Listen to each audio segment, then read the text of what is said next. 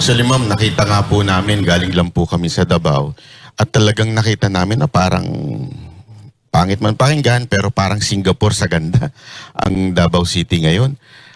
Sa sobrang dami nyo nga pong nagawa doon, may nangaangkin pa nung bridge nyo dahil wala na siya napagawa.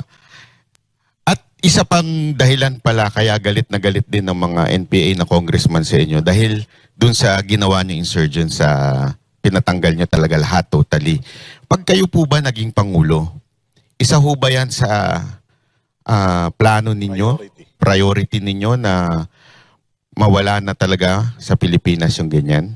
Oo, kailangan na natin tapusin. In fact, malapit na yun matapos noong bumaba si dating Pangulong Duterte. Ang kailangan na lang gawin nung sumunod ay ituloy niya yung mga plano kontra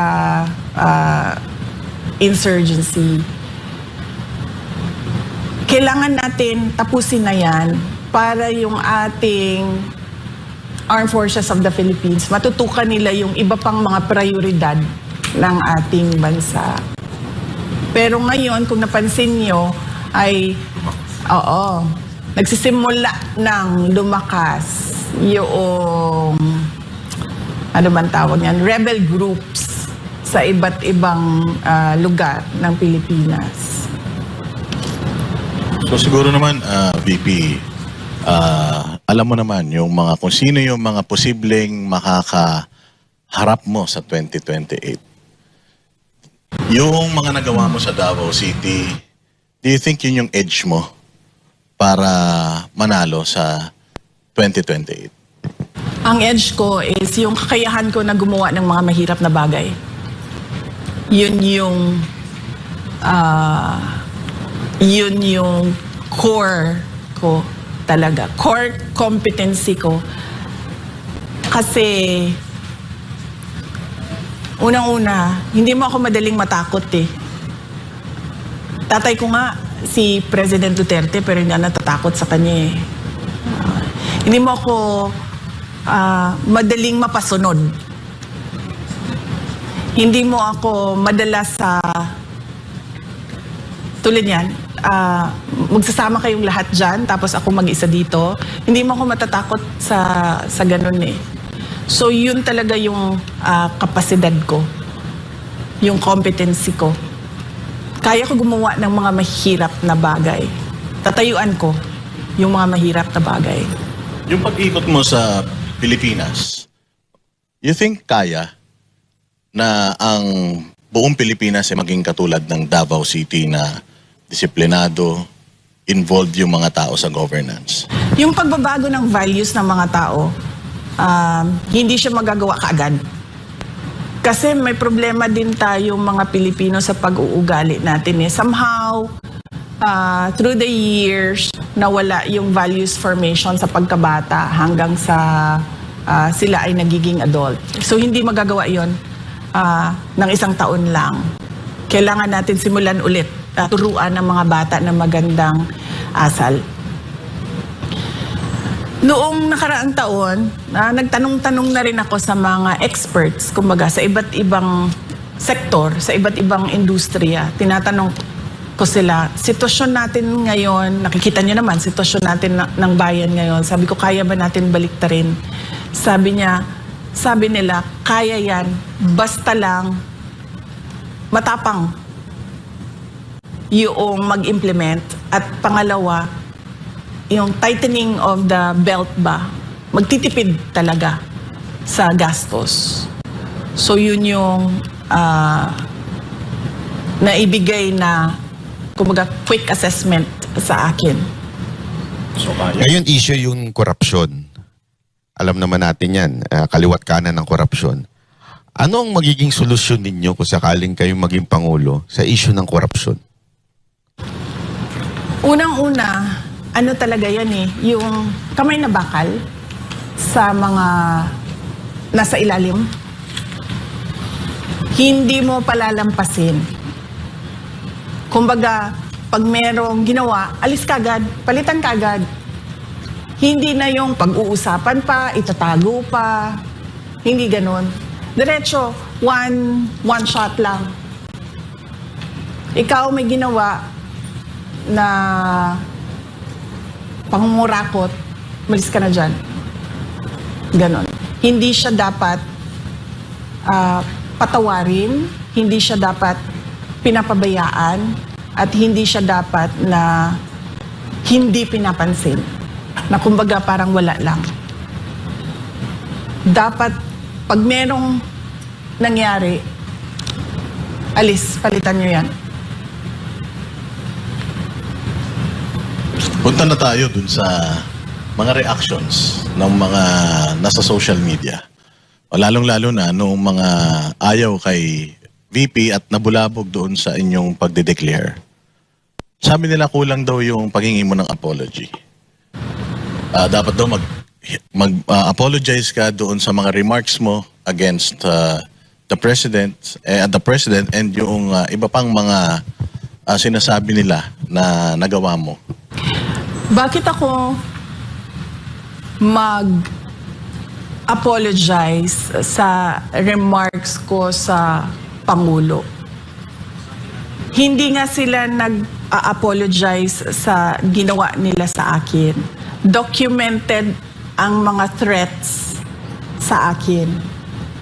Hindi namin yan nilalabas kasi nga meron pang impeachment na mangyayari at yun ay subject nila sa impeachment nila. Ang masasabi ko lang dyan, hindi nga krimen, nagiging impeachable offense.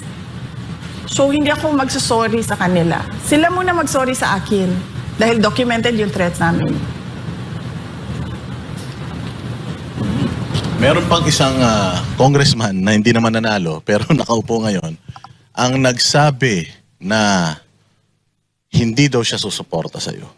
Ano mensahe mo sa kanya? Hindi ko rin naman siya sinuportahan nung siya ay tumakbo eh. So, it's a tie. It's a tie. Nauna na akong hindi sumuporta sa kanya. And yung sa sinasabi naman nila na personal interest lang daw yan. Ambition without accountability. Hindi ko maintindihan, ano ba sinasabi nila na walang accountability? May 4 sila na impeachment complaints, 'di ba? Araw-araw nila tinetreten na iimbestigahan, magta-trial, i-impeach. So hindi ko alam saan doon ang walang accountability. Nung meron namang nag-file ng impeachment complaint, ano ba sinabi namin? We are prepared to answer it during trial. Ma'am, nung amin pong itong vinlog, ang kadalasang comment ng tao, mag-ingat si VP. Kasi alam naman natin, ngayon na talaga nag-finalize na kayo ng decision nyo, sure, sa tingin ng mga Pilipino, sobrang laki ng chance yung manalo. So, dalawa lang yan. It's either i-impeach kayo para hindi na kayo makatakbo or may gawing masama sa inyo. Hindi po ba kayo natatakot na sa pagsalita nyong ito ay malalagay sa alanganin ng inyong buhay? Hindi na ako takot kasi kasama na yun sa desisyon ko na posibleng gagawin sa akin. In fact, sinabi na nga sa akin noon na meron naman talagang plano na mga ganon. So, hindi na ako takot kasi ano na yun kumbaga kalakip na yun sa desisyon na ginawa ko. Hindi siya pwedeng mahiwalay doon sa desisyon ko So, hindi pwedeng nag-decide ako tatakbong president pero matatakot akong patayin ako. Hindi na. So, kinalimutan ko na yun. Wala na yan. Yung pagka panalo naman, Diyos na ang sasagot nun. Kasi nga sabi ng Diyos, diba? Magplano man ang tao, pero ako pa rin ang masusunod. So, nagplano ako. Natatakbo akong Pangulo. Sinunod ko kung ano yung hinihingi ng taong bayan. Diyos na ang bahala kung ano yung mangyayari sa susunod. VP, hinga namin kayo ng mensahe para sa mga kababayan natin na nawawalan na ng pag-asa saturated na, napapagod na political, tsaka pagod na rin sa mga nararanasang paghihirap dito sa ating bayang Pilipinas? Sa mga kababayan natin na dumadaan sa hirap, kung ano man yon, sa personal man, sa trabaho man, o yung hirap ninyo sa politika o sa mga dinadaanan ng bayan natin, magtiwala kayo sa Diyos. Lagi kayong magdasal na bigyan kayo ng lakas at ng kaalaman, strength and wisdom, at bigyan kayo ng grace na tanggapin kung ano yung nangyayari sa buhay ninyo. At pag merong nangyari na hindi maganda sa buhay ninyo, isipin nyo na lang na mas matindi yung nangyari. Mas matindi yung nangyari sa buhay ko. So hindi yan ang katapusan ninyo. Kasi merong isang tao na mas matindi pa ang dinaanan. Pero hindi mag-give up. Last question. Alam naman po natin, bansa natin ngayon is polarized na masyado. At isang ang hesitant ng iba na parang baka pag nanalo kayo, magagantihan lang. Kayo po ba isang magiging presidenteng na mag-unify sa ating bansa? O magiging vengeful? Oo. Wala kasi sa ugali ko yung pagiging vindictive at ano bang tawag dyan? Yung gumaganti. Hindi ko, wala sa ugali ko yon sa pagtatrabaho. Pero ito lang ang sasabihin ko. Hindi pwede na walang managot. Yung nire-recruit ko na Vice President, siya ang magpapanagot sa mga gumawa ng mali sa bayan. Para ako, nakatutok ako sa trabaho ng Presidente. Itong declaration ni VP Sara na tatakbo siya as President, anong ibig sabihin nito? Well, yan ay nagpapahayag lamang ng kanyang intensyon para sa 2028. Dinadala rin niya yung usapan ng politika sa issue ng impeachment. So, from an arena where she is viewed as a defendant rather, she is now converting the arena into frontrunner sa 2028. Pag ginanon mo, Attorney Guanzon, yung field, pumapasok ngayon dun yung kung ako ang congressman, paano ako? Correct. Alam mo, yung mga congressman, they're political animals. Yes. Ha? So, syempre, hindi naman sila kakampi doon sa alam nilang matatalo. Syempre, gusto nilang kumampi doon sa posibleng mas mananalo. Oo. Kaya, ito pong impeachment ngayon, Prof. Malu, ay may narinig ako na ang mga nag-uusap daw mga congressman na ayaw na nilang pumirma kasi baka daw marisbakan sila. Oo. Tama sa yan. eleksyon. Kasi presidential ito eh. Tama yan, Attorney Bing, no? Nakita naman natin na tinitingnan kung kakayanin yung 1/3 na direct sa Senado.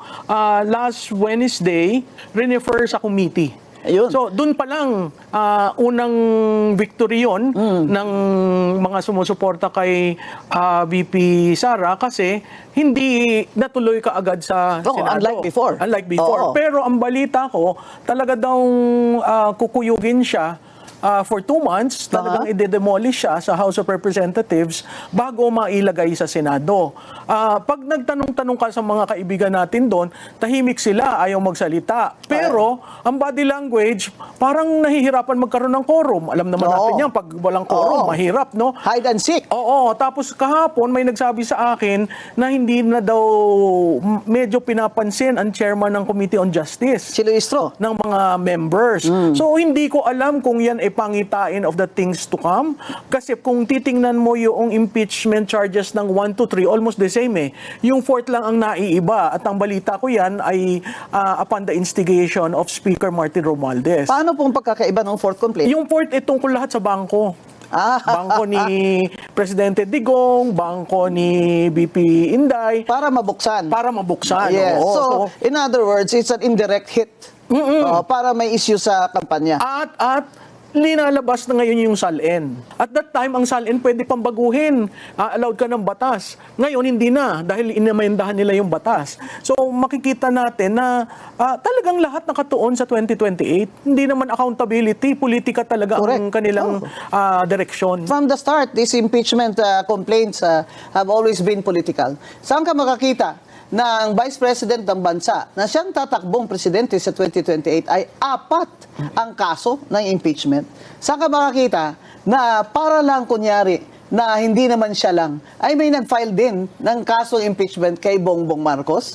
Kaya itong palaisipan nila sa Senado, kung makakuha sila ng 16 votes, kahit na sabihin nilang mag-absent pa si Bato, ay kailangan pa rin ng mga senador na pro-impeachment ng 16 votes, which they do not have. Oo. Hindi ba? At mahirap ang 16 kasi makikita mo yung math. Ang akala yata nila pag naminusan ng 3 dahil dyan sa flood control projects, yung 2/3 liliit. Hindi, ang Constitution nakalagay. Oo, ang Constitution Tama ka, nakalagay na attorney. dapat 2/3 siya ng total na 24 Oo. na senador. Oo. So, 24, ang kailangan makakuha ng 2/3 ay 16. So, sa ngayon, binibira nila lagi si Leandro Leviste. Ano kaya pakiramdam ni Senator Loren Legarda Oo, dyan? kasi nasa majority siya. Oo. Di ba, isa sa 15. Oo. Doon sa 9, ang object nila, alsin yung 3 pa, alsin si Bato, si 4, si Go, 5.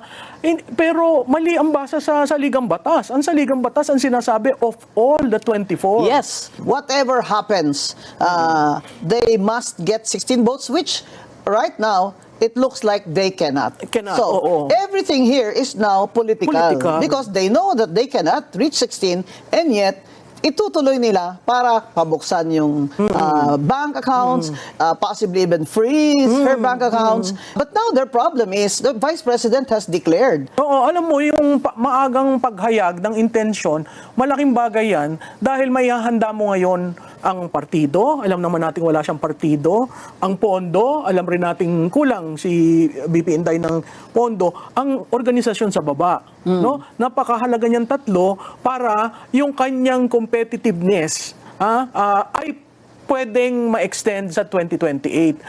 Doon sa, usually kasi 18 months ang preparasyon ng national campaign.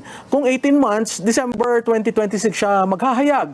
Ngayon napaaga. So merong 10 months na aayusin mo lahat ang mga problema sa organisasyon. In the meantime, she's subject to attacks. Yes, but alam mo yung subject to attacks, ang parating ang sinasabi ni... Ever since naman She's 2022 been, pa, 2023. Di ba tinapon na ang sink, tinapon na ang bahay, ano pa ba naman ang itatapon? So, ako, again, yung ginagawa dati ni Presidente Digong, sinabi na niya ang buhay niya, lahat ng pangit, lahat ng problema niya sa buhay, pagdating ng eleksyon, wala ka nang ibabato. Ngayon, gano'n ang nangyayari. Pero, on the other hand, dun sa mga kalaban, mapipilitan ngayon si administrasyon na sandali lang, kailangan akong pumili ng kandidato ko. That's true. Una yan. And BBM's problem is he doesn't have a candidate yet. That's one. At pag nagkaroon ng kandidato, pag nag-anoin ka, hindi ba yun kiss of death? Kung ang numero mo ay ganyan. Ang pangalawa, pagdating mo naman dun sa so-called opposition, bakit ko sinasabing so-called opposition? Hindi mo sila naghahayag na anti-Marcos sila. Sina Risa Yan yung Ontiveros. Pink, yung Dilaw, at saka Makabayan. Di ba? Lahat sila tahimik pagdating kay BBM. So, sino lamang ang natatanging anti-Marcos bloc? Hindi ba si BP at lahat ng mga kaalyado niya? Correct. So, dun kung i-contrast mo ngayon yung opposition, doon pa lang talo na eh. Kasi sa usaping 1.5 trillion to 1.9 trillion, anong sinasabi nila? Tahimik sila. No, wala silang BBM resign. Samantalang dito, consistently, saan napunta ang pondo, sinong nagbulsa, dapat may pananagutan. Correct. Ito naman sa kabila, yun, medyo maghahanap ka lang talaga ng tao. Wala naman silang nakikitang maitatapat. No? Talagang suicide yun sa kabila. Ang problema lang, attorney, alam mo naman ito, hawak nila COMELEC. Correct. At So, marami silang pera. maraming Hawak nila pera. mga congressman May at mayor. makinarya. Di ba? Pero sa tingin ko naman, itong paghayag ni BP Inday ng intensyon niya, marami nang tumatawid. Yes. Ang problema, hindi porke tumawid ka, ikay aakapin at tatanggapin ka agad. Kasi tinatanong, may allocable ka ba? Meron ka bang proyektong ghost? Meron ka bang proyektong substandard? May ayuda ka bang ghost? So maraming dadaanan yung tatawid. Kaya maganda na rin na napaagaan deklarasyon kasi talagang susuyurin mo yan. Pababayaan, wala naman siyang congressman, congresswomen, ilan lang ang senador niya, ilan sa local. 4 lang gobernador. Oo. So, kailangan mo talaga ng panahon kasi mahirap rin naman siyang tanggapin na lang lahat. lahat. Oo. Kasi babatikusin naman siya ng kanyang base. Ang difference, Attorney Guanzon, is si BP Inday may 30 to 35% ng total registered voters. Yun yung tinatawag na the enduring Duterte base. Right. Yung But in the kalaban- time of Digong, he also had a few governors only. Yes, yes. So sanay sila na outlier, sanay na underdog. Tsaka kami mga Bisaya, sanay kami na underdog eh. Oh, so Fighter ang mga Bisaya. Oh, so yun. pakiwari ko, yun ay isang endearing quality ng ni BP Inday. Pag tiningnan mo lahat ng survey, kahit sinong survey firm, ang Mindanao makes her buoyant, no? Hindi, pag bumabalik uli. So ito, halos saan ka naman nakakita ng survey na 70%, 80% ang Mindanao para sa kanya. Yeah. Weak So, lang siya sa Calabarzon. yan, yung sa Luzon, Luzon. 'di ba? Pero La may, Union, ganyan. may sputtering ng green sa Luzon. Kailangan lang siguro bisitahin, kailangan talagang i-court mo. No, at saka i-focus siguro yung anti-corruption talaga Oo. na Yun talaga. That is the campaign anti-corruption trigger. campaign talaga Oo. to reform the government. Oo. For us to survive as a people, as a nation, for our government to even be on the plus side, Yes, no? yes. Financially. Oo. Kailangan talaga we stop corruption. And that's the issue, number one issue in 2028. The disadvantage of BBM's candidate is may bahid. Oo. Di ba? So At saka, yeah. tatanungin ka ng tatanungin, saan napunta yung pera? Sino ang mastermind? Yes. Kung hindi nyo yun sinasagot ngayon, magiging campaign issue yun sa Lalo na at 1998. walang nakukulong. Precisely. Hanggang ngayon, si Martin hindi nakulong. Oo. Si Garjola hindi nakulong. Oo. Ang And kinulong lang nila, si Revilla. Si Revilla. That's Oo. not, parang yun lang kasing gusto nila ipakulong. Yun lang ang gusto, di ba? Kaya, Dahil sa Cavite. Oo. Pero sa survey ngayon, Prof. Malu, anong recent survey ng Publicus Asia, Dun where sa- you are the chair? yung approval rating ni BP Inday, nasa high ng 50s.